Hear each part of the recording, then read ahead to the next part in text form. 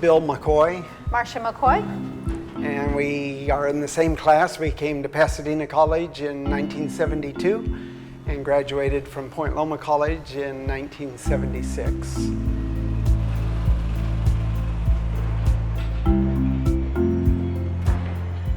We did not know each other coming into the college. We met in an invertebrate zoology class. She asked me one day to identify an invertebrate animal underneath the microscope, probably a planaria. And I asked to see his drawings because he could draw better than me. And the rest is history.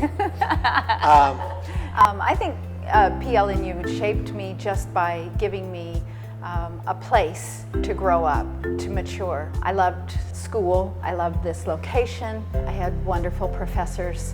We had the world's best chaplain in Reuben Welch. And so it was just a really good time to deepen my walk with the Lord.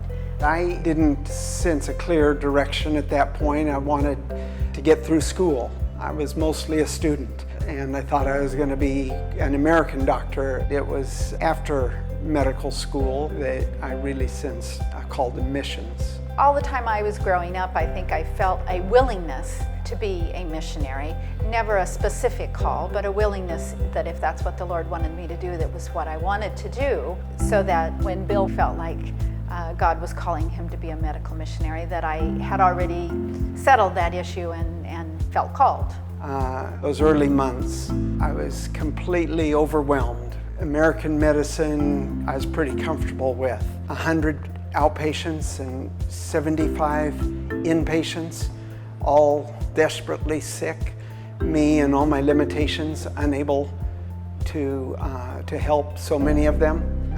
Felt that I had made a huge mistake, and that I couldn't do it any longer. I actually turned around and walked away from the children's ward where all those sick kids were. I was ashamed of myself, and before I went to the house with full intention of quitting, I needed to go to the bathroom, and my urine was brown, and my eyes were deep yellow, and I went over to the lab and I had them test my blood, and I had hepatitis.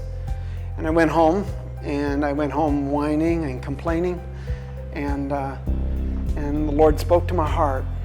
This never was about my adequacy. All the time I was in America doing my thing, whether college or medical school or training beyond that, God had been shouldering the burden of Africa. And God said, yeah, it is too much for you, but it's not too much for me. I have always seen, I have always heard, I have always known, and I am the only Savior and Redeemer for Africa, and yet you're invited. That set me free, and that allowed me to return to the bedside. I'm excited about the new science facilities, and it is time or past time for us to build the right facility. But it doesn't end with the right facility.